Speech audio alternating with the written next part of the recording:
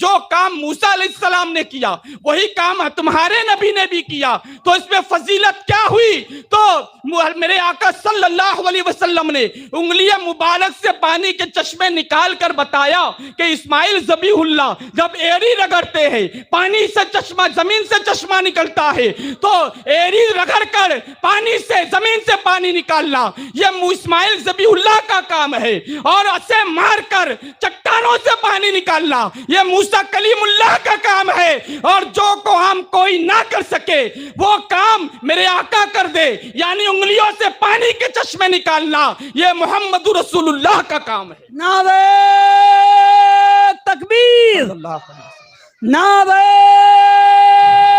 رسالت، عظمت مصطفیٰ صلی اللہ علیہ وسلم، ذکر شہدائے کربلا، مذہب اسلام۔ اعلیٰ حضرت فرماتے ہیں انگلیاں ہیں فیض پر، ٹوٹے ہیں پیاسے جھوم کر، ندیاں پنجاب رحمت کی ہے جاری واہ واہ، اور نور کے چشمے لہرائیں دریا بہیں، انگلیوں کی کرامت پہ لاکھوں سلام۔ حضرات اس کے بعد مبت بس جناب آدم علیہ السلام کی گفتگو کروں، اس کے بعد اپنی گفتگو کو ہم آگے بڑھاتے ہیں، اور کوشش کروں گا کہ عنوان پر گفتگو ہو تاکہ کسی کو یہ شکایت نہ ہو کہ عنوان پر گفتگو نہیں ہوئی۔ حالانکہ سارا عنوان جو ہے یہ رسول گرامی وقار صلی اللہ علیہ وسلم کا صدقہ ہے، اور مقام رسالت صرف ہماری تقریر کا عنوان نہیں بلکہ ہماری زندگی کا عنوان ہے۔ اگر ہماری زندگی سے اس عنوان کو نکال دیا جائے تو پھر ہمارے پاس بچتا ہی کچھ نہیں ہے، ہمارے پاس باقی ہی کچھ نہیں رہ جاتا۔ جناب آدم علیہ السلام کو جب تخلیق کرنے کی بات آئی تو اللہ رب العزت نے جو ہے جناب ملک الموت سے فرمایا زمین سے مٹی لاؤ، زمین سے مٹی لے گئے جنت میں۔ اللہ رب العزت نے اپنے دست مبارک سے اپنی شان کے مطابق جنت میں جناب آدم علیہ السلام کا خمیر تیار فرمایا، اور پھر اسی خمیر سے جناب آدم علیہ السلام کو کے جسم نازنین کو تیار کیا گیا، کیونکہ حدیثوں میں یہ روایت موجود ہے کہ انسان کا خمیر انسان مرنے کے بعد جس جگہ پر دفن ہوتا ہے انسان کو اسی جگہ کی مٹی سے بنایا گیا ہے۔ تو آپ غور کریں کہ جناب آدم علیہ السلام کو جب مٹی سے بنایا گیا آپ کا خمیر جنت میں تیار ہوا۔ کہاں پر؟ جنت میں تیار ہوا۔ تو حضرت آدم علیہ السلام کے خمیر مبارک کو جنت میں لے جا کر رکھا گیا، وہاں پر آپ کا خمیر تیار ہوا۔ اب جب بات آئی ہے امام الانبیاء صلی اللہ علیہ وسلم کے جسم نازنین کو تیار کرنے کی یا آپ کے وجود مبارک کو جو ہے تیار کرنے کی، تو اللہ رب العزت نے جہاں بھی آپ کا خمیر مبارک تیار کیا وہ تو حدیثوں میں موجود ہے، لیکن حضرت آدم علیہ السلام کا خمیر جنت میں لے جایا جاتا ہے، اور جہاں سے ہمارے آقا کا خمیر مبارک تیار ہوتا ہے جنت کو اس مقام پر لایا جاتا ہے۔ آپ اگر سمجھ سکتے ہیں تو سمجھ لیں کہ اللہ کے محبوب علیہ السلام آج جس جگہ آپ کا جسم مبارک موجود ہے گنبد خضرا میں، اسی جگہ سے ہمارے آقا علیہ السلام کے خمیر کو تیار کیا گیا، اور آج جنت کہاں موجود ہے؟ ما بینا بیتی و منبری من روضۃ ریاض الجنہ، کہ میرے گھر سے میرے منبر تک جو زمین کا حصہ ہے وہ جنت کے حصوں میں سے ایک حصہ ہے، یا جنت کی کیاریوں میں سے ایک کیاری ہے۔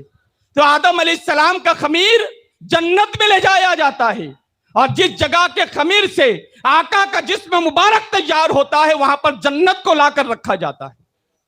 یہ آقا علیہ السلام کا مقام، ان کی شان اور ان کی عظمت ہے۔ حضرت آدم علیہ السلام کو فرشتوں نے سجدہ کیا، فرشتوں نے سجدہ تعظیمی کیا۔ کب کیا؟ ایک وقت متعین پر، ایک وقت تھا، صرف ایک بار سجدہ ہوا، اس کے بعد پھر آدم علیہ السلام کو وہ سجدہ فرشتوں نے نہیں کیا۔ لیکن سجدہ تعظیمی سے بڑا مقام ہے، بلند مقام ہے درود پاک کا، درود پاک کا۔ آپ دیکھیں کہ آدم علیہ السلام کی تعظیم کے لیے اللہ نے حکم دیا فرشتوں میرے آدم کو سجدہ کرو، آدم علیہ السلام کو سجدہ کیا فرشتوں نے۔ لیکن جب بات اللہ کے محبوب صلی اللہ علیہ وسلم کو بلند کرنے کی آئی، آپ کے مقام کو بتانے کی آئی، تو اللہ نے فرمایا اے میرے محبوب، میں بھی، اے میرے فرشتوں، میں بھی اپنے محبوب پر درود پڑھتا ہوں، تم بھی میرے محبوب پر درود پڑھو۔ ایمان والوں سے فرمایا ایمان والوں تم بھی شامل ہو جاؤ، آؤ ہم سب مل کر اپنے محبوب پر درود پڑھتے ہیں۔ اور یہ درود کسی ایک خاص وقت کے لیے متعین نہیں کیا گیا کہ صرف ایک خاص وقت کے لیے اللہ رب العزت نے اپنے محبوب پر درود پڑھا یا اپنے فرشتوں کو حکم دیا کہ ایک محدود وقت کے لیے درود پڑھو۔ اس آیے کریمہ میں مضارع کا صیغہ ہے۔ مضارع کا صیغہ یہ بتاتا ہے کہ جب سے کائنات بنی ہے اس وقت سے اللہ اور اس کے فرشتے نبی پر درود پڑھ رہے ہیں اور قیامت تک پڑھتے رہیں گے۔ اور صرف قیامت تک کی بات نہیں ہے بلکہ کل بروز محشر جب اللہ تعالیٰ اپنے محبوب علیہ السلام کے سر مبارک پر شفاعت کا تاج جیب زرری کروائے گا، شفاعت کا تاج پہننے کا حکم دے گا، اللہ کے محبوب علیہ السلام بڑی شان کے ساتھ، بڑے ہی شان کے ساتھ وہ میدان محشر میں فرشتوں کے جلوہ میں فرشتوں کی جماعت کے ساتھ تشریف فرما ہوگے۔ تو علامہ شیخ عبدالحق محدث دہلوی فرماتے ہیں جب اللہ کے محبوب صلی اللہ علیہ وسلم بروز قیامت امتیوں کے درمیان آئیں گے تو اللہ بھی ان پر درود پڑھے گا، فرشتے بھی ان پر درود پڑھیں گے، اور صرف اللہ اور فرشتے نہیں بلکہ سارے انسان مل کر اللہ کے محبوب پر درود پڑھیں گے۔ اور وہاں پر جو اللہ اپنے محبوب کی شان بیان کرے گا، اپنے محبوب کی شان لوگوں کے سامنے دکھائے گا کہ دیکھ لو میدان محشر میں میرے محبوب کی شان کیا ہے، میزان پر ان کی جلوہ گری، پل صراط پر ان کی جلوہ گری، حوض کوثر پر ان کی جلوہ گری، یہاں تک کہ وہ لوگ جو دنیا میں اللہ کے محبوب علیہ السلام کو ماننے سے انکار کرتے تھے، آپ کی شان بیان کرنے سے جی چراتے تھے، وہ بھی جب کل بروز قیامت اللہ کے محبوب کی شان دیکھیں گے تو وہ بھی یہ کہیں گے کاش دنیا میں ہم نے ان کی شان مانی ہوتی، کاش دنیا میں ہم نے ان کی شان کے خطبے اور قصیدے پڑھے ہوتے۔ تو جب ایسا بدبخت وہاں پر یہ حسرت کرے گا، یہ آرزو کرے گا کہ کاش دنیا میں ہم نے انہیں یا رسول اللہ کہہ کر پکارا ہوتا، کاش ان کے علم غیب ہونے کا دعویٰ، ان کے علم غیب پر ایمان لایا ہوتا، کاش انہیں زندہ نبی مانا ہوتا۔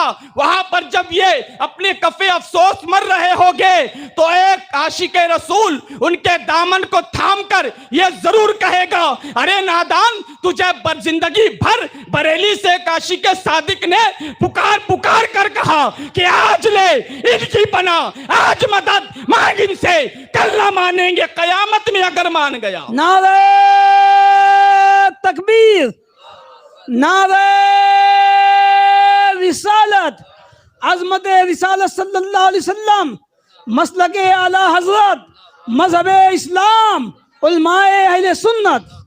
یہ شان اللہ نے اپنے محبوب کو عطا فرمائی، یہ مقام بلند اللہ نے اپنے محبوب کو عطا فرمایا۔ ہم نے دنیا کی شان سماعت کی، اب آئیے آخرت میں اللہ تعالیٰ اپنے محبوب کو جس شان کے ساتھ دنیا میدان محشر کے سامنے جلوہ گر کرے گا، بس ایک شان آپ سماعت کر لیں، اس کے بعد پھر ہم اپنی اور مزید گفتگو آگے بڑھائیں گے۔ میدان محشر میں اللہ کے محبوب علیہ السلام اس شان کے ساتھ آئیں گے کہ وہ براق جس پر بیٹھ کر اللہ کے محبوب صلی اللہ علیہ وسلم سدرۃ المنتہا تک گئے، اسی براق پر جلوہ فرما ہوں گے ہمارے آقا صلی اللہ علیہ وسلم۔ جب ہمارے آقا اس شان کے ساتھ آئیں گے تو اللہ رب العزت حضرت بلال سے فرمائے گا بلال کہاں ہے؟ حضرت بلال آئیں گے، حضرت بلال سے اللہ تعالیٰ فرمائیں گا اے بلال اذان دو۔ حضرت بلال بروز قیامت آقا کریم صلی اللہ علیہ وسلم کے روبرو کھڑے ہو کر اذان دیں گے، وہی اذان جو حضرت بلال صحن کعبہ سے دیا کرتے تھے، وہی اذان جو حضرت بلال مسجد نبوی شریف سے دیا کرتے تھے، وہی اذان حضرت بلال میدان قیامت میں دیں گے۔ تو اعلیٰ حضرت تجلی الیقین میں یہ روایت درج فرماتے ہیں جب حضرت بلال اذان دیں گے اور جب اذان میں اللہ کے رسول صلی اللہ علیہ وسلم کا نام نامی اس میں گرامی آئے گا تو پھر کافر کیا، مشرک کیا مومن کیا سارے لوگ اللہ کے رسول علیہ الصلوۃ والسلام کو میدان قیامت میں سجدہ تعظیم کے لیے جھک پڑیں گے، وہاں جھک پڑیں گے، اور وہاں پر اس شان کے ساتھ اللہ رب العزت اپنے محبوب علیہ الصلوۃ والسلام کی شان کو بیان فرمائے گا، ظاہر فرمائے گا۔ اے لوگوں، بتانے کا مقصد یہ ہے کہ اللہ نے اپنے محبوب کو جو مقام عطا فرمایا ہے وہ مقام دنیا میں بھی کسی اور کو نہیں ملا، کل بروز قیامت اللہ تعالیٰ یہ مقام کسی اور کو عطا نہیں فرمائے گا۔ اس لیے جو ان کے ہم عصر تھے، جو صحابہ کرام تھے، انہوں نے تو اللہ کے محبوب کی شان میں قصیدے کہے، آپ کی تعریف کہی، لیکن جنہوں نے کلمہ نہیں پڑھا تھا، جو مومن نہیں ہوئے تھے، بعد میں بھلے ہی انہیں ایمان لانے کی توفیق ہوئی، لیکن جب تک اللہ نے انہیں کلمہ پڑھنے کی سعادت نہیں دی تھی، اس وقت وہ جب اللہ کے محبوب کو دیکھا کرتے تھے تو اللہ کے محبوب کی تعریف میں وہ رطب اللسان نظر آتے تھے۔ میں ایک واقعہ بتاؤں کہ جب حضرت خدیجۃ الکبریٰ رضی اللہ تعالی عنہا، ام المومنین ہے، یہ تمام مسلمانوں کی ماں ہے، اور حضرت خاتون جنت فاطمۃ الزہرا رضی اللہ تعالی عنہ کی یہ والدہ محترمہ ہے، امام حسنین کریمین کی یہ دادی جان ہے۔ حضرت خدیجۃ الکبریٰ، آپ کی عمر 40 سال ہے اور ابھی آپ 2 بار بیوہ ہو چکی ہے۔ اب آپ ملک التجار تھی، آپ کا جو تجارت کا سامان تھا وہ باہر ملکوں میں یا باہر شہروں میں جایا کرتا تھا، لیکن حضرت خدیجۃ الکبریٰ رضی اللہ تعالی عنہ کو کوئی ایسا شخص نہ ملا کہ جو ایمانداری کے ساتھ آپ کے مال تجارت کو دوسرے ملکوں میں لے جائے اور پھر وہاں پر فروخت کرے، اور ایمانداری کے ساتھ جو اس کا نفع ہے وہ حضرت ام المومنین کی بارگاہ میں پیش کر دے۔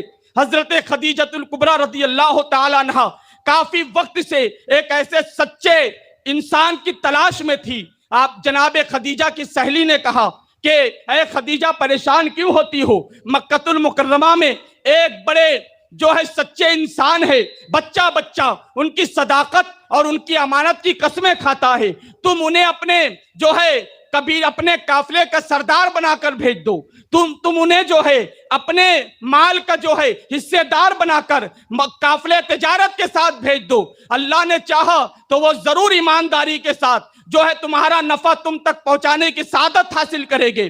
حضرت خدیجۃ الکبریٰ نے جناب ابو طالب سے رابطہ کیا، جناب ابو طالب نے اللہ کے محبوب علیہ الصلوۃ والسلام کو راضی کیا۔ اب جناب ابو طالب کے کہنے پر اللہ کے رسول علیہ الصلوۃ والسلام جناب خدیجۃ الکبریٰ کے جو قافلہ تھا اس کی سرپرستی کرنے کے لیے تیار ہوئے۔ اب وہ قافلہ جو ہے ملک شام جانے کے لیے تیار ہے۔ جناب خدیجۃ الکبریٰ رضی اللہ تعالی عنہ نے اپنے غلام میسرہ سے کہا، اے میسرہ، میں دیکھ رہی ہوں کہ یہ جس ذات کو ہم نے اپنے قافلے کا سردار بنا کر بھیجنے کا ارادہ کیا ہے، یہ کوئی عام ذات نہیں ہے۔ میں نے دیکھا ہے کہ جب یہ چل رہے تھے تو ایک ابر کا ٹکڑا ان پر سایہ کر رہا تھا، اور پھر سنو، میں نے خواب یہ دیکھا ہے کہ آسمان کا جو سورج ہے وہ میری گود میں اتر آیا تھا۔ تو میں نے جب اپنے بھائی ورقہ بن نوفل سے اس واقعے کی جب میں نے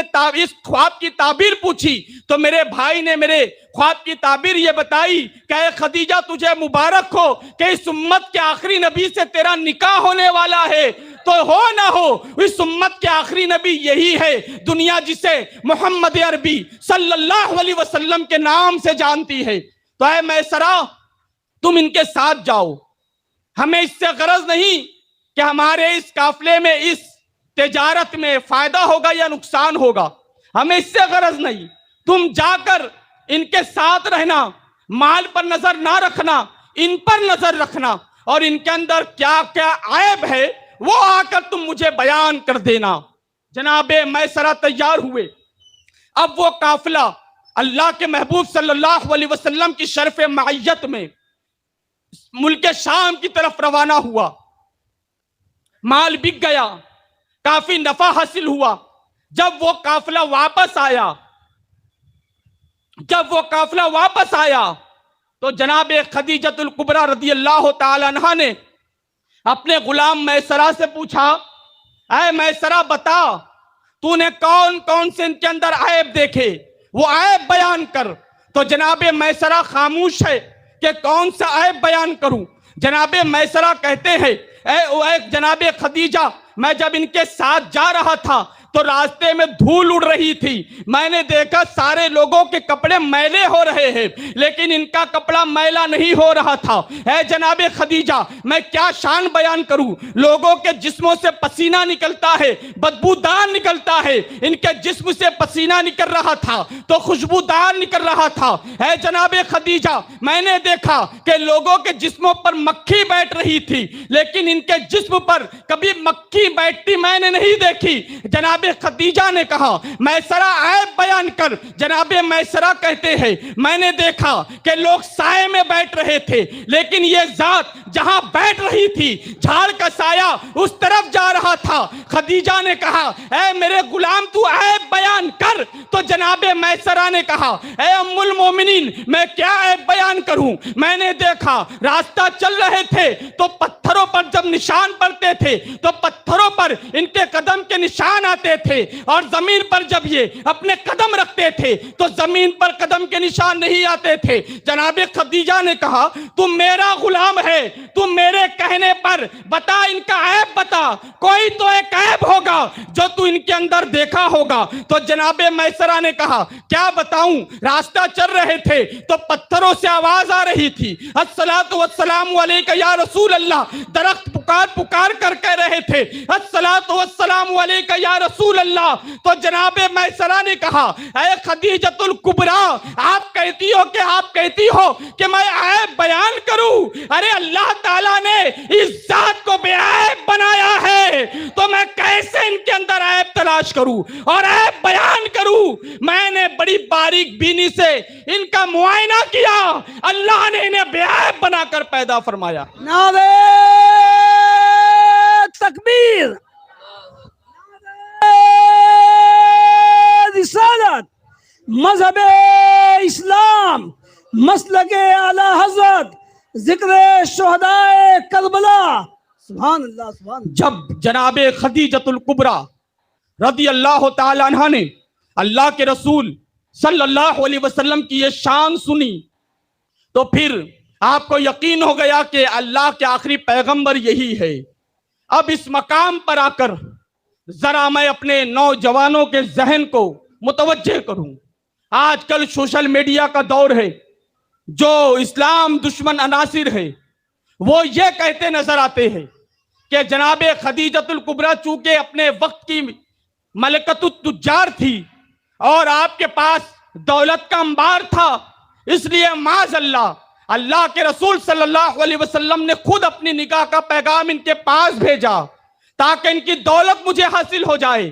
آپ ذرا تاریخ کا مطالعہ کریں، سیرت کا مطالعہ کریں تو سیرت میں علماء سیرت بیان فرماتے ہیں کہ اللہ کے رسول صلی اللہ علیہ وسلم جب اس سفر سے واپس آئے تو حضرت خدیجۃ الکبریٰ نے اپنی سہیلی سے کہا اے میری سہیلی جا جناب ابو طالب کے پاس اور میری جانب سے جو ہے پہلے آپ کی سہیلی سے جناب خدیجۃ الکبریٰ نے اپنی سہیلی سے کہا کہ جاؤ اللہ کے رسول صلی اللہ علیہ وسلم کی بارگاہ میں اور ان سے کہو کہ حضرت خدیجہ تم سے نکاح کرنا چاہتی ہے، یعنی تم میرے نکاح کا پیغام ان کی بارگاہ میں لے کر جاؤ۔ تو اللہ کے رسول علیہ الصلوۃ والسلام اس وقت جو ہے مکۃ المکرمہ کی ایک گلی میں تشریف فرما تھے اور اپنے کسی کام میں مصروف تھے، جب جناب خدیجہ کی اس سہیلی نے پیغمبر اعظم صلی اللہ علیہ وسلم سے کہا کہ آپ کے پاس میں خدیجۃ الکبریٰ کے نکاح کا پیغام لے کر آئی ہوں، تو میرے آقا صلی اللہ علیہ وسلم نے بڑا تاریخی جواب دیا اور فرمایا کہ شریف گھرانوں کے رشتے روٹوں پر اور شاہراہ عام پر طے نہیں ہوا کرتے۔ ان سے کہو اگر وہ مجھ سے نکاح کرنا چاہتی ہے تو ہمارے بڑے موجود ہیں، ہمارے سرپرست موجود ہے، پہلے ابو طالب کے پاس میرے نکاح کا پیغام لے کر جاؤ، اگر ہمارے سرپرست تیار ہو گئے تو پھر میں بھی تیار ہوں گا۔ میں کہتا ہوں ہمارے آقا صلی اللہ علیہ وسلم کا قول کہ شریف گھرانوں کے رشتے شاہ راہ عام یا گلیوں میں طے نہیں ہوتے، تو نوجوانوں تمہارے رشتے پارکوں میں کب سے طے ہونے لگے؟ تمہارے رشتے فیس بک اور واٹس ایپ پر کب سے طے ہونے لگے؟ تم نے ماں باپ کی مرضی کے خلاف اپنا فیصلہ خود کیوں کیا؟ تم کیسے کرنے لگے خود اپنی شادی کا فیصلہ؟ آج ہماری بچیاں خود کر رہی ہے، ہمارے نوجوان خود اپنی شادی کا فیصلہ کر رہے ہیں۔ ماں باپ اگر ان کے بہتری کے لیے سمجھانے کی کوشش کرے تو ماں باپ انہیں اپنا دشمن نظر آتے ہیں۔ یاد رکھنا، جن رشتوں میں ماں باپ کی رضامندی نہ ہو، جن رشتوں میں گھر کے سرپرستوں کی یا بڑوں کی دعائیں شامل نہ ہو، وہ رشتے جو ہے برکت والے نہیں ہوتے، وہ رشتے زیادہ دیر تک نہیں چلتے۔ ان رشتوں میں پھر شیطان دخل اندازی کرتا ہے اور پھر وہ رشتے برباد ہو جایا کرتے ہیں۔ اس لیے نوجوانوں، مقام مصطفیٰ صلی اللہ علیہ وسلم کو سمجھنے آئے ہو تو اپنے آقا کی سیرت پر بھی غور کرو کہ ہمارے آقا کی سیرت کیا ہے۔ ہمارے لیے آج المیہ یہ ہے، افسوس کا مقام یہ ہے کہ آج ہم نے اپنے آقا کو مانا ہے مگر اپنے آقا کی بات کو نہیں مانا ہے۔ ہم نے اپنے آقا کے نام پر مرنے کی قسم تو کھائی کہ یا رسول اللہ ہم آپ کا دامن نہیں چھوڑیں گے، یا رسول اللہ آپ کی غلامی میں ہمیں موت بھی منظور ہے، یہ ہم نے نعرے تو لگائے، آقا کے نام پر ہم نے مرنے کی بات تو کی، لیکن آقا کے نام پر ہم نے اپنی زندگی کو سنوارنے کی بات نہ کی، اپنی زندگی کو سیدھی راہ پر لانے کی بات نہ کی۔ مقام رسالت صلی اللہ علیہ وسلم اس لیے سمجھایا جا رہا ہے کہ دیکھ لو، کائنات میں بڑے بڑے حسین و جمیل آئے، بڑے بڑے شہنشاہ حسینہ نے اس کائنات میں جنم لیا، تم نہ جانے کس کی زلفوں کے اسیر بنے، تم نہ جانے کن کی یادوں میں اپنی راتوں کو گزار دیا، تم نہ جانے کن سے محبت کر بیٹھے، نام محرموں سے تم نے محبت کی، تم نے جو ہے ناجائز محبت کی اور پھر اپنی زندگی کو برباد کیا، اپنی زندگی کو جو تم نے داؤ پر لگا دیا، پھر کوئی نشے کا عادی ہوا، پھر کوئی خودکشی کرنے پر مجبور ہوا۔ یاد رکھنا، یہ دنیاوی محبت وہ محبت ہے جو تمہیں رسوا کر دے گی۔ اگر یہ محبت تم کسی اور کو بتا دو تو محلوں میں تمہاری رسوائی ہو جائے، اور اگر یہ محبت دنیاوی محبت تم کسی اور کو نہ بتاؤ، چھپا دو تو تم گھٹ گھٹ کر جینے پر مجبور ہو جاؤ۔ یہ دنیاوی محبت ہے، اور میرے آقا کی محبت کا مقام وہ ہے کہ جو بتا دے وہ وقت کا بلال بن جائے، جو چھپا دے وہ وقت کا ویسے کرنی بن جائے۔ نعرہ تکبیر، نعرہ رسالت، مذہب اسلام، ذکر شہدائے کربلا، علماء اہل سنت۔ نوجوانوں، تمہارے فکر کو، تمہاری سوچ کو اس وقت بدلنے کی ضرورت ہے کہ آج ہم نے سب سے محبت کی پر اس ذات سے محبت نہ کی کہ جس ذات کی محبت ہمیں آخرت میں جنت تک لے کر جائے گی۔ آج دراصل بات یہ ہے کہ آج ہمارے گھروں کا جو ماحول ہے، ہمارے نوجوان بھی جو ہے بڑی بے راہ روی کا شکار ہو گئے۔ آقا کریم صلی اللہ علیہ وسلم سے محبت کی بات تو کرتے ہیں، لیکن محبت جب کرنی ہو تو وہ کرکٹروں سے کرتے ہیں، محبت جب کرنی ہو وہ فلم کے اداکاروں سے محبت کرتے ہیں۔ نوجوان کو آقا کی سنت کے مطابق داڑھی رکھنے پر شرم آتی ہے، آقا کے سنت کے مطابق بال رکھنے میں شرم آتی ہے، آقا کی سنت کے مطابق لباس پہننے میں شرم آتی ہے، آقا کی سنت کے مطابق راستہ چلنے میں شرم آتی ہے۔ لیکن اگر دیکھ لے کہ کوئی نچنیا ٹی وی میں اس قسم کی داڑھی بنا کر آیا ہے، ہمارا نوجوان حجام کے پاس جا کر نہ جانے کیسی آڑی ٹیڑھی ترچھی داڑھی بناتا ہے، اس پر اسے شرم نہیں آتی۔ ہمارا نوجوان کسی کرکٹر کی طرح بال رکھنے میں 2,000 روپیہ جا کر وہ حجام کو دیتا ہے، اس پر اسے شرم نہیں آتی۔ اور اگر کوئی نچنیا فلم میں دیکھ لے، مووی میں کوئی پھٹا کپڑا پہن کر آ جائے، کوئی پھٹا جینس پہن کر آ جائے، تو ہمارا نوجوان ہزاروں روپیے کے جینس مارکیٹ سے خرید کر لاتا ہے، وہ پھٹے کپڑے پہن کر ٹھاٹ کے ساتھ گھومتا ہے، اس پر اسے شرم نہیں آتی۔ اور نبی کی سنت کے مطابق اگر کہا جائے کہ لباس پہنو تو ہمارے نوجوان کو شرم محسوس ہوتی ہے۔ غور کریں آپ کہ میرے آقا صلی اللہ علیہ وسلم کا مقام کیا ہے۔ نوجوانوں، تم نے حجام کی دکان پر جا کر 2,000 روپے کے بال بنائے اور یہ بھی نہ سوچا کہ تمہارے قوم کی بیٹیاں سگنلوں پر بھیک مانگ رہی ہے. تم نے یہ بھی نہ سوچا کہ بعض گھر ایسے ہیں کہ 35 سال کی لڑکیاں ہو گئی، غربت کے مارے ان کے گھروں میں رشتے نہیں آ رہے، ان کے ماں باپ کے پاس اتنا پیسہ نہیں کہ وہ اپنی بچیوں کی شادی کر سکے. وہ بچیاں 30-35 سال کی بستروں پر کروٹیں بدل رہی ہے، سسکیاں لے رہی ہے، اور ہماری توجہ اس طرف نہیں. ہم صرف مہنگی گاڑی لینے میں مصروف، ہم آئی فون لینے میں مصروف، ہم مہنگے مہنگے کپڑے یا پھر مہنگے مہنگے قسم کے بال بنانے میں مصروف. وہ نوجوان بچیاں جو رشتوں کے انتظار میں صرف غربت کی وجہ سے اپنے گھروں میں بیٹھی ہے، اس کا حساب کون دے گا؟ اس کا حساب کل بروز قیامت نوجوانوں تمہیں دینا ہوگا. یہی وجہ ہے آج ہماری قوم کی بچیاں غیروں کا ہاتھ تھام کر ان کے ساتھ بھاگ رہی ہے. اس کا ذمہ دار کون ہے؟ ہم مسلمان. ہماری غلطی اس میں دشمنوں نے جو سازش رچی، ہم دشمن کو کیا دوش دے، دشمن پر کیا الزام لگائے؟ دشمن کی سازش صرف آج سے نہیں 1400 سال سے ہے، لیکن ہر زمانے میں مسلمان بچیوں نے اپنی عزت اور اپنے کردار کی حفاظت کی ہے. اس دور میں بھی ایسی بچیاں ہیں جن گھروں میں اسلامی ماحول ہے، جن گھروں میں آج بھی اسلام زندہ ہے، جن گھروں میں آج بھی ٹی وی اور مووی نہیں چلتے بلکہ ان گھروں میں آج بھی کردار فاطمہ الزہرا کی بات ہوتی ہے.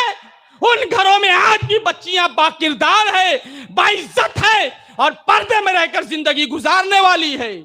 لیکن جن گھروں سے دین رخصت ہو گیا، جن گھروں میں سوتے وقت ہماری عورتیں، ہماری بہنیں، ہماری بچیاں سوتے وقت موبائل میں سیریل دیکھے، سوتے وقت اور ٹی وی میں دن رات بہو اور ساس کے سیریل دیکھے، ان سیریلوں میں کبھی پڑوسیوں کے افیئر دکھائے جاتے ہیں، کبھی دیور اور بھابھی کے افیئر دکھائے جاتے ہیں.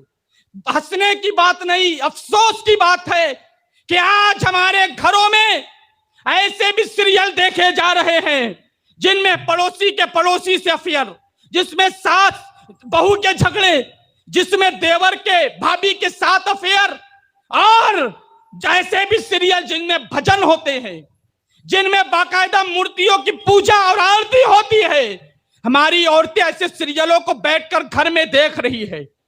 ایسے ماحول میں معاشرہ تباہ نہیں ہوگا تو کیا ہوگا؟ ایسے ماحول میں ہماری بچیاں غیروں کا ہاتھ تھام کر نہیں بھاگیں گی تو کیا ہوگا؟ اب ذرا ایک وجہ اور دیکھیں کہ مسلم بچیاں جو غیروں کا ہاتھ تھام رہی ہے، اس کی ایک وجہ اور جو میں نے محسوس کی وہ یہ کہ ہمارا آج کا مسلم نوجوان الا ماشاءاللہ، سب کو نہیں کہہ رہا، کچھ لوگ وہ ناکارہ ہو چکے ہیں. انہیں نہ پڑھائی کا شوق، نہ تجارت، نہ دکانداری، نہ بزنس کا شوق. بس صبح ہوئی دوستوں کے ساتھ نکل پڑے یا اپنے کمرے میں بیٹھ کر پب جی گیم کھیل لیا، یا پان ٹھیلوں پر یا چائے کی ہوٹلوں پر ان کی زندگی ختم ہو گئی، ان کے دن ختم ہو گئے. اس طریقے کے نوجوانوں نے معاشرے کو تباہ کیا، نہ پڑھائی کی، نہ پڑھائی کی طرف آگے بڑھ سکے، نہ بزنس کے راستے میں آگے بڑھ سکے، نہ معاشرتی طور سے وہ مضبوط ہو سکے. پھر جب ہماری قوم کی بچیوں نے پڑھا، کوئی انجینئر بنی، کوئی ڈاکٹر بنی، کوئی MBBS بن گئی، اب انہیں یہ لگا کہ ہم تو بڑے عہدے والے بن گئے، ہمارے پاس بڑی ڈگری آ گئی. اب مسلم سماج میں تو ہماری ٹکر کو کوئی لڑکا موجود نہیں ہے، ہمارے رشتے کا ہم مقابل کوئی لڑکا تو موجود نہیں ہے کہ جس سے ہم رشتہ کریں. تو ایسی لڑکیوں نے کیا کیا؟ غیروں کا ہاتھ تھاما اور غیروں کے ساتھ بھاگنے پر مجبور ہو گئی. نوجوانوں، آج اگر آپ کو ماں باپ سمجھائے کہ بیٹا پڑھ لے، نہیں پڑھتا تو کوئی ہنر سیکھ لے، ماں باپ کو ہم دشمن سمجھتے ہیں.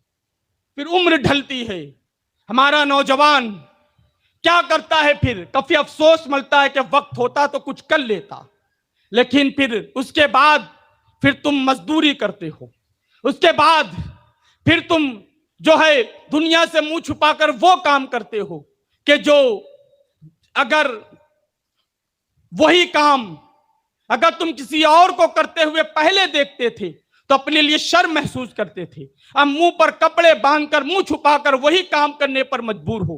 حالانکہ مزدوری کرو، بزنس کرو، کام کرو، فالتو بیٹھنے بیکار بیٹھنے سے بہتر یہ ہے کہ ٹھیلا چلاؤ، پھل فروٹ بیچو۔ بیکار بیٹھنے سے بہتر یہ ہے کہ کوئی دکان لگاؤ، سبزی بھاجی بیچ کا ٹھیلا لگا لو، وہی کام کرو۔ کیونکہ سنو، اللہ کے رسول صلی اللہ علیہ وسلم اس امت کے نوجوانوں کے ذہنوں کو متوجہ کر کے حدیث پاک میں ارشاد فرماتے ہیں کہ میری امت کا نوجوان اگر رزق حلال کی تلاش میں یا رزق حلال کے لیے ایسی جگہ کھڑا ہوگا جو جگہ ذلت کی جگہ ہے، اس کے لیے وہ شرم محسوس کرتا ہے ایسی جگہ کھڑے ہو کر، وہ پھل فروٹ بیچنے میں اگر ایسی جگہ کھڑا ہو کر میری امت کا نوجوان بزنس کرے گا، کاروبار کرے گا، رزق حلال کمائے گا، میرے آقا فرماتے ہیں میدان قیامت میں آنا، میں تجھے اپنی عزت تجھے دوں گا، میں تجھے اپنی عزت عطا کروں گا، کل بروز قیامت تجھے عزت دار بنا کر جنت میں داخل کروں گا۔ نوجوانوں، کب تک موبائل میں گیم کھیل کر اپنی زندگی برباد کرو گے؟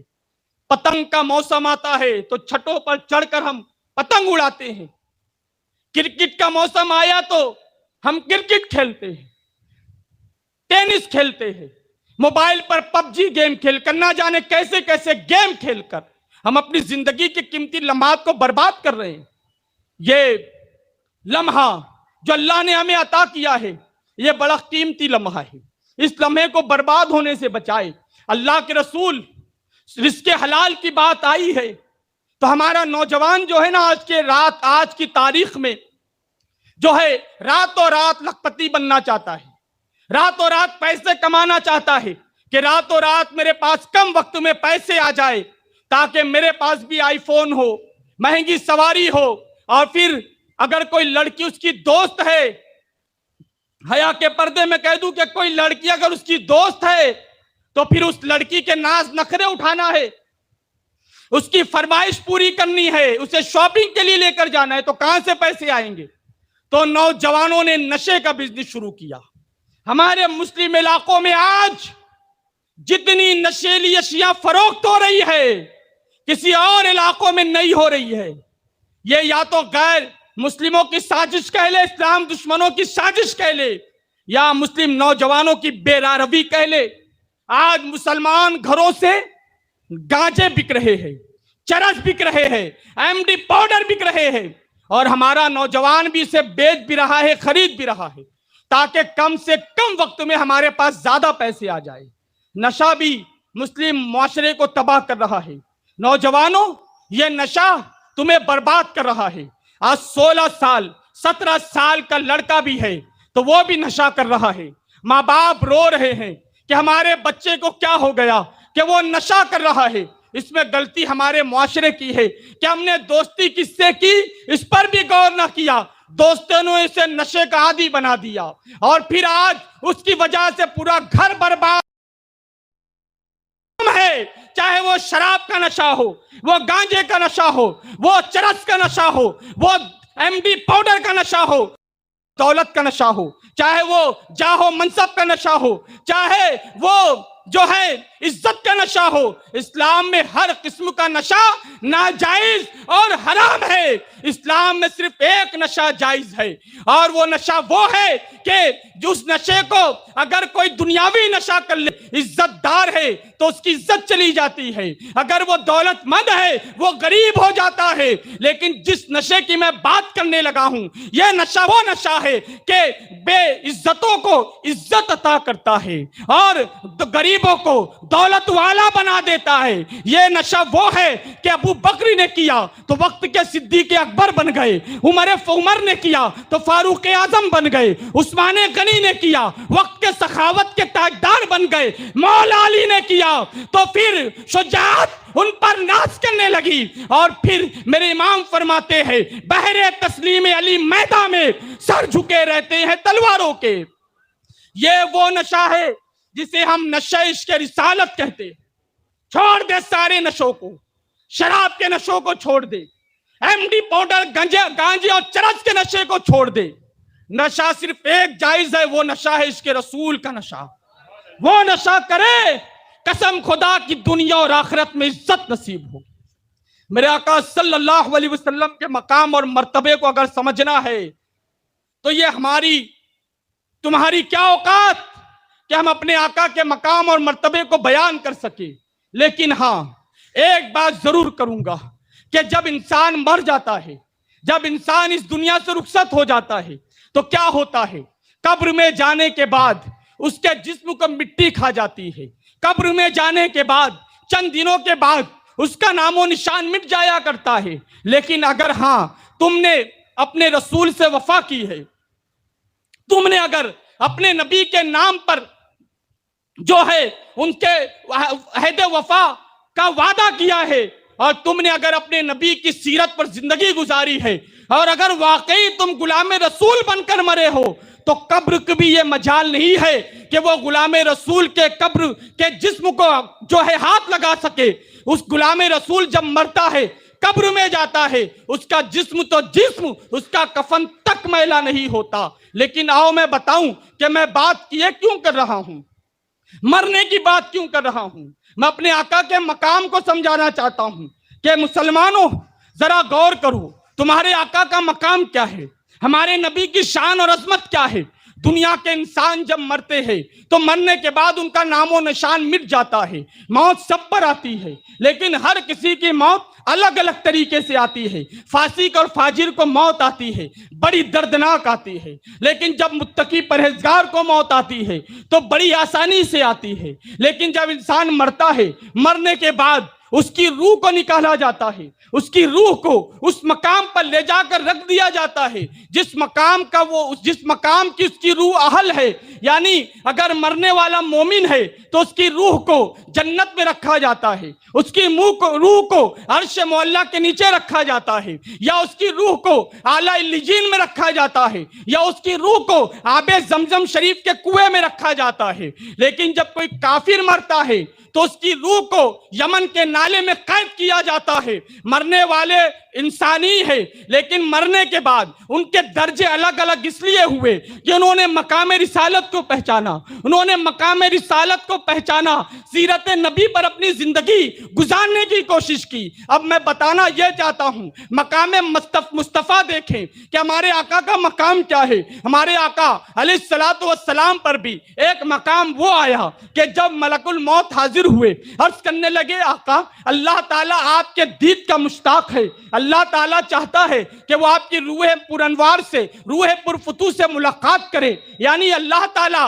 آپ سے آپ کی مرضی پوچھتا ہے کہ میرے محبوب سے فرما دو اگر وہ دنیا میں رہنا چاہتے ہیں تو جب تک مرضی، جب تک دنیا میں رہے، اور اگر محبوب چاہتے ہیں تو ابھی آپ کی روح پر نور کو آپ کے جسم مبارک سے نکال لیا جائے۔ یہ میرے مصطفیٰ کا مقام ہے۔ میرے آقا صلی اللہ علیہ وسلم نے فرمایا کہ میں بھی اپنے خدا کے دید کا مشتاق ہوں، میں بھی اپنے خدا سے ملاقات کرنا چاہتا ہوں۔ ملک الموت نے اجازت لے کر روح مبارک کو نکالا۔ روح مبارک کو جب فرشتوں نے نکالا، اب روح مبارک نکلی تو علماء کے درمیان ایک بحث چھڑ گئی کہ اب وہ روح مبارک رکھی کہاں گئی، کیونکہ کسی کی روح عام مومنین کی روح ہے، ان سے افضل مقام پر ہوتی ہے، لیکن جب اللہ نے اپنے محبوب کی روح مبارک کو نکالا تو رکھا کہاں؟ کیونکہ روایتوں میں ہے، علامہ قاضی عیاض فرماتے ہیں کہ جب سرکار کائنات صلی اللہ علیہ وسلم کی روح مبارک کو فرشتے ادب و احترام کے ساتھ لے کر اللہ کی بارگاہ میں گئے، اللہ تعالیٰ سے فرشتوں نے رب تعالیٰ کی بارگاہ میں عرض کیا، اے پروردگار، اے خالق و مالک، ہم نے دیکھ تیرے محبوب کی روح مبارک کو نکال لیا، اب اسے لے کر تیری بارگاہ میں آئے ہیں، اب اسے ہم رکھے کہاں؟ تو اللہ نے فرمایا جاؤ کوئی شایان شان جگہ تلاش کرو. علماء فرماتے ہیں کہ سرکار کی روح مبارک کو جنت میں رکھا گیا. تو پھر کسی عالم نے کہا, پھر علامہ قاضی ایاز نے فرمایا کہ سرکار کی روح مبارک کو اگر جنت میں رکھا گیا تو اس میں سرکار کی افضلیت کہاں ثابت ہوئی؟ کیونکہ سرکار کی روح مبارک جنت میں کیوں رکھی جائے گی؟ کیونکہ جنت تو حضور کے غلاموں کے رہنے کی جگہ ہے. پھر فرمایا گیا کہ سرکار کی روح مبارک کو عرش پر رکھا گیا. تو علماء فرماتے ہیں عرش پر اگر سرکار کی روح مبارک کو رکھا جائے تو اس میں سرکار کی فضیلت کہاں ثابت ہوئی؟ کیونکہ سرکار کے جسم نازنین کے نیچے مٹی کے جو ذرے آتے ہیں وہ عرش سے افضل ہو جاتے ہیں. تو اگر عرش پر تمہیں کچھ رکھنا ہے تو روح مبارک کو نہ رکھو, لے جا کر میرے سرکار کے قدم مبارک کے نیچے آئے ہوئے مٹی کے ذرے کو رکھ دو تاکہ عرش کو معراج حاصل ہو جائے.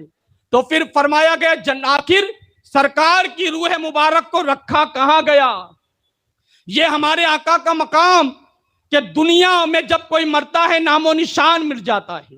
یہ ہمارے آقا بھی دنیا سے گئے, آپ کی بھی روح مبارک نکالی گئی, لیکن اللہ نے فرمایا فرشتوں شایان شان جگہ تلاش کرو. فرشتے گئے, ساتوں زمین گھوما, ساتوں آسمان کو گھوما, پھر آئے یا میرے پروردگار, یا اے خالق و مالک رب, ہم نے تیرے محبوب کے روح مبارک کے شایان شان جگہ تلاش کیا لیکن ہمیں کوئی جگہ نہ ملی. تو رب ذوالجلال نے ارشاد فرمایا میرے فرشتوں ملے گی کیسے؟ اس لیے کہ میں نے اپنے محبوب کے جسم سے بہتر کائنات میں کوئی جگہ بنایا ہی نہیں ہے. تو جب بنایا ہی نہیں تو تمہیں ملیں گی کہاں سے؟ تو فرشتوں اگر تم میرے محبوب کی روح مبارک کہیں رکھنا چاہتے ہو تو لے جا کر دوبارہ میرے محبوب کے جسم مبارک میں ڈال دو, اس لیے کہ اس سے بہتر کائنات میں کوئی مقام نہیں. تو یہ میرے مصطفیٰ کا مقام ہے کہ آج بھی ہمارے آقا مصطفیٰ جان رحمت صلی اللہ علیہ وسلم اپنی قبر انور میں زندہ ہے, اور نہ صرف زندہ ہے بلکہ ہمیں دیکھ بھی رہے ہیں. میرے امام عشق و محبت میں جھوم کر فرماتے ہیں تو زندہ ہے واللہ, تو زندہ ہے واللہ, میری چشم عالم سے چھپ جانے والے. اے لوگوں, عرض یہ کرنا ہے کہ اس زمانے میں اگر تمہیں مقام رسالت سمجھنا ہے, آقا علیہ السلام کے مقام کو دیکھنا ہے تو کہیں اور نہ جاؤ, در بدل کی ٹھوکریں نہ کھاؤ, چلے آؤ امام احمد رضا کی بارگاہ میں. میرے امام تمہیں بتائیں گے کہ اللہ نے اپنے محبوب کو کیا شان دے کر اس کائنات میں مبعوث فرمایا تھا, کیا شان اللہ نے اپنے محبوب کو عطا فرمائی تھی. کچھ نہ پڑھے, صرف میرے آقا کا, میرے اعلیٰ حضرت کا وہ سلام پڑھ لے جو مصطفیٰ جان رحمت کے نام سے مشہور ہے. میرے امام فرماتے ہیں اگر آپ کا ذوق سماعت سلامت ہے تو ذرا میرے اس گفتگو کو غور سے سنیے گا. آج لوگ کھا کھا کر اتنے مغرا گئے ہیں کہ اعلیٰ حضرت پر انگلیاں اٹھاتے ہیں کہ اعلیٰ حضرت نے کیا کیا. میں کہتا ہوں تیرے باپ داداؤں کی روٹیاں چلی ہے اعلیٰ حضرت کے نام کے ذریعے. آج تو کہتا ہے کہ اعلیٰ حضرت کے سلام کیوں پڑھتے ہو, اعلیٰ حضرت کا سلام ہی کیوں پڑھتے ہو؟ ہم ہر سلام پڑھتے ہیں, ہم یا نبی سلام علیکہ بھی پڑھتے ہیں اور جھوم کر پڑھتے ہیں, اور مصطفیٰ جان رحمت پہ لاکھوں سلام بھی پڑھتے ہیں, جھوم کر پڑھتے ہیں. اعلیٰ حضرت کے سلام پر اعتراض کرنے والوں آؤ اعلیٰ حضرت جیسا ایک سلام لکھ کر بتاؤ, پھر کہنا کہ اعلیٰ حضرت کا سلام کیوں نہ پڑھا جائے. میں پڑھ رہا ہوں اور تمہیں چیلنج ہے, ہمت ہے تو اس کا جواب لا کر دکھاؤ. میرے اعلیٰ حضرت فرماتے ہیں لیلۃ القدر میں مطلع الفجر حق, مانگ کی استقامت پہ لاکھوں سلام. ماتھے کی بات آئی, اعلیٰ حضرت فرماتے ہیں جس کے ماتھے شفاعت کا سہرا رہا اس جبین سعادت پہ لاکھوں سلام. آنکھ مبارک کی گفتگو ہوئی تو فرماتے ہیں نیچی آنکھوں کی شرم و حیا پر درود, اونچی بینی کی رفت پہ لاکھوں سلام. پھر زبان مبارک کی بات آئی, فرماتے ہیں وہ زبان جس کو سب کن کی کنجی کہے اس کی نافذ حکومت پہ لاکھوں سلام. اور پھر جب میرے سرکار کے ہونٹ مبارک کی بات آئی تو پتلی پتلی گلے قدس کی پتیاں, ان لبوں کی نزاکت پہ لاکھوں سلام. پھر جب میرے آقا کی داڑھی مبارک پہ بات آئی تو میرے اعلیٰ حضرت فرماتے ہیں کہ مرہم ریش دل, ریش خوش معتدل, مرہم ریش دل حال ہے ماہ ندرت پہ لاکھوں سلام. پھر فرماتے ہیں کہ جس سے تاریک دل جگمگانے لگے اس چمک والی رنگت پہ لاکھوں سلام. میرے آقا کے مسکرانے کی بات آئی, اعلیٰ حضرت پکار اٹھے, جس کی تسکین سے روتے ہوئے ہنس پڑے, اس تبسم کی عادت پہ لاکھوں سلام. فرماتے ہیں ہاتھ جس سمت اٹھا غنی کر دیا موجے بیر سماحت پہ لاکھوں سلام. کندھے مبارک کی بات آئی تو فرمانے لگے کہ جس کو بارے دو عالم کی پرواہ نہیں, ایسے بازو کی قوت پہ لاکھوں سلام. اور پھر جب انگلیوں کی بات آئی فرماتے ہیں نور کے چشمے لہرائیں دریا بہے انگلیوں کی کرامت پہ لاکھوں سلام. اور پھر جب ناخنوں کی بات آئی تو عید مشکل کشائی کے چمکے ہلال ناخنوں کی بشارت پہ لاکھوں سلام. جب شکم ناس کی بات آئی فرماتے ہیں کل جہاں ملک اور جو کی روٹی غذا اس شکم کی قناعت پہ لاکھوں سلام. کمر مبارک کی بات آئی جو عزم شفاعت پر کھچ کر بنی اس کمر کی حمایت پہ لاکھوں سلام. جب قدم ناس کی بات آئی فرماتے ہیں کھائی قرآن کھا کے گزر کی قسم اس کفے باقی حرمت پہ لاکھوں سلام. اب جب سارا سلام میرے اعلیٰ حضرت نے بھیج دیا, اب دل کی بات آئی کہ اب دل کو کیا کہے, اب دل کو کیا کہے, کیونکہ یہ دل تو خدا کی رازوں کا امین ہے. یہ دل پر اللہ کی کلام کی وحی کے ذریعے نازل ہوتے ہیں. تو اعلیٰ حضرت پکار اٹھے کہ دل سمجھ سے ورا ہے, دل سمجھ سے ورا ہے, مگر یوں کہوں گنچے راز وحدت پہ لاکھوں سلام, گنچے راز وحدت پہ لاکھوں سلام. لا سکتا ہے کوئی اس دور میں ایسا سلام کہ جس میں سرکار کے بال مبارک سے لے کر پائے اقدس کے ناخن مبارک تک سلام بھیجا گیا ہو. اور یہ وہ سلام ہے جو بارگاہ رسالت میں قبول ہے, قبول ہے یہ بارگاہ رسالت میں. میں آپ کو بتاؤں نقوش فکر ایک کتاب کا حوالہ دے رہا ہوں, اگر کسی کے پاس ہو تو پڑھ لے, ورنہ میرے پاس آ جائے, میرے پاس موجود ہے وہ کتاب. وہ کتاب کئی صفحات پر مشتمل, اس کتاب کو 5 علماء کرام نے مل کر لکھا, اور انہوں نے اپنے اپنے وقت کے سفر نامے کو لکھا. انہوں نے جو مختلف ملکوں کے سفر کیے, اس کتاب میں ایک واقعہ نقل ہے.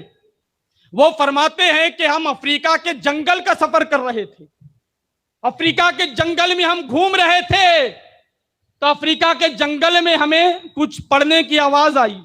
ہم قریب گئے تو ہم نے کیا دیکھا کہ چند نورانی چہرے والے سفید سفید لباس پہن کر کھڑے ہو کر ادب کے ساتھ پڑھ رہے ہیں مصطفیٰ جان رحمت پہ لاکھوں سلام, شمع بزم ہدایت پہ لاکھوں سلام. نادانو تم تو شہر میں آبادی میں سلام اعلیٰ حضرت روکنا چاہتے ہو. اعلیٰ حضرت کا سلام تو افریقہ کی وادیوں میں جنگلوں میں گونج رہا ہے.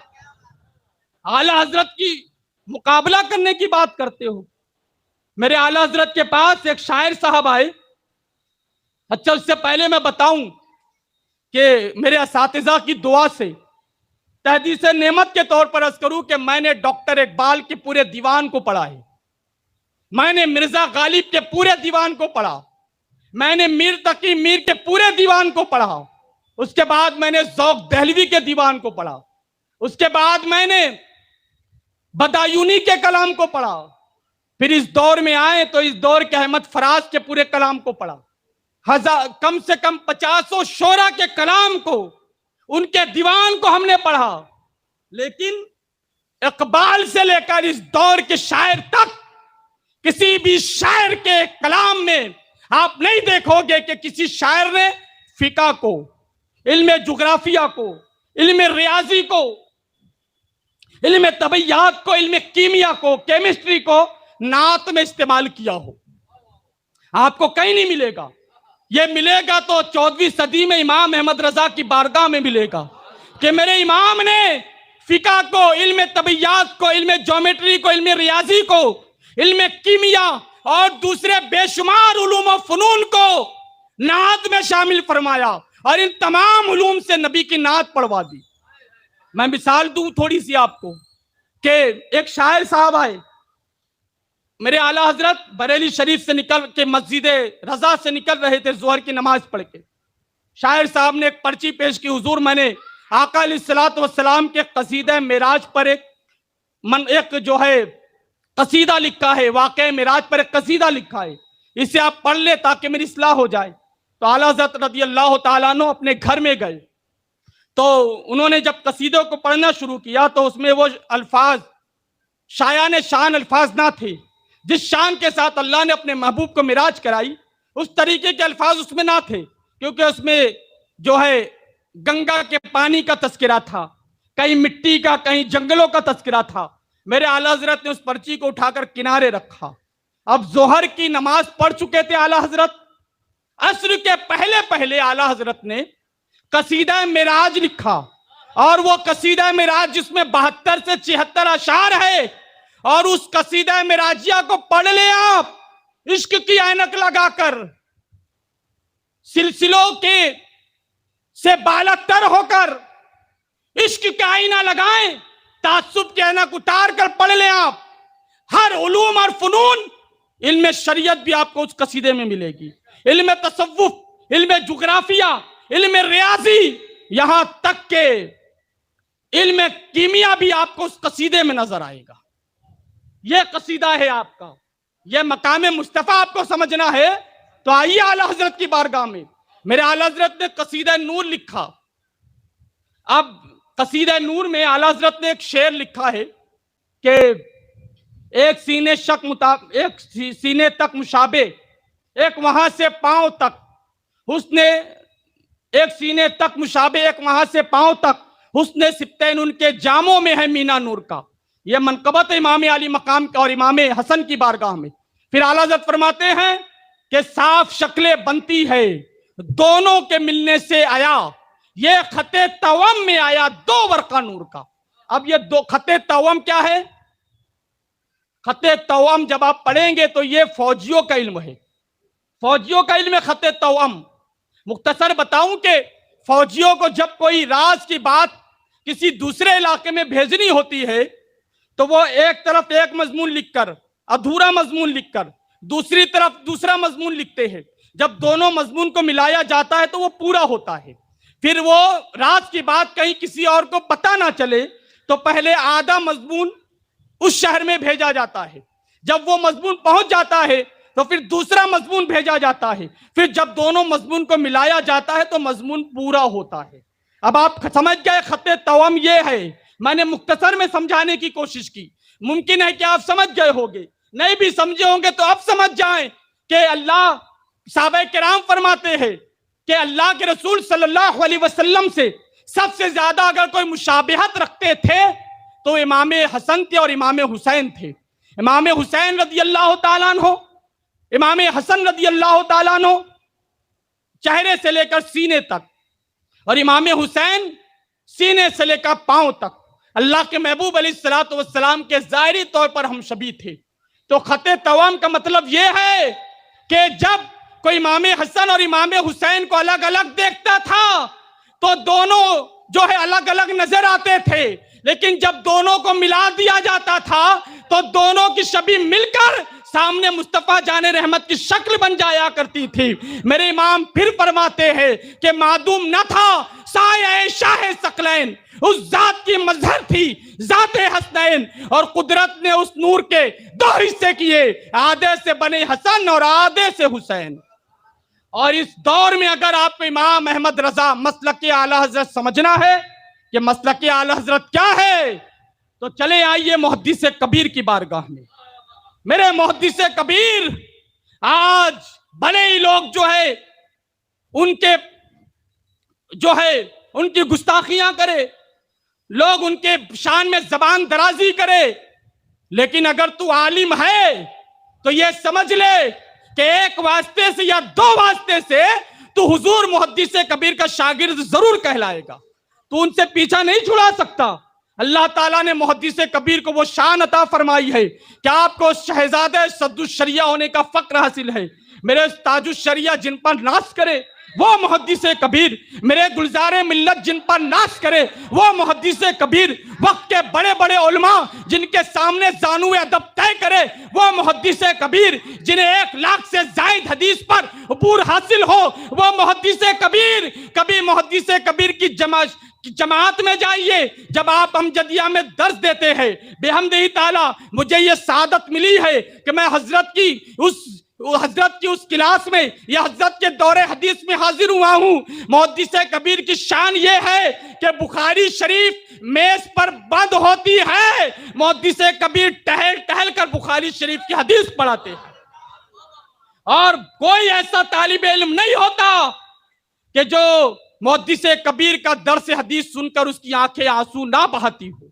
وہ شان اللہ نے محدث کبیر کو عطا فرمائی ہے۔ تو اللہ تعالیٰ ان علماء اہل سنت کو سلامت رکھے، ہمیں مقام مصطفیٰ صلی اللہ علیہ وسلم کو سمجھنے کی توفیق عطا فرمائے، سیرت مصطفیٰ پر عمل کی توفیق عطا فرمائے۔ حضرات، میں نے کہاں تک اپنے مضمون کا حق ادا کیا یہ تو میں نہیں بتا سکتا، لیکن جو کچھ بھی میں نے کہا ہے اللہ تعالیٰ سے اپنی بارگاہ میں قبول فرمائے۔ استغفر اللہ، آپ بھی میرے ساتھ مل کر پڑھ لیں، استغفر اللہ ربی من کل ذنب واتوب الیہ، لا الہ الا اللہ محمد رسول اللہ صلی اللہ تعالی علیہ وسلم۔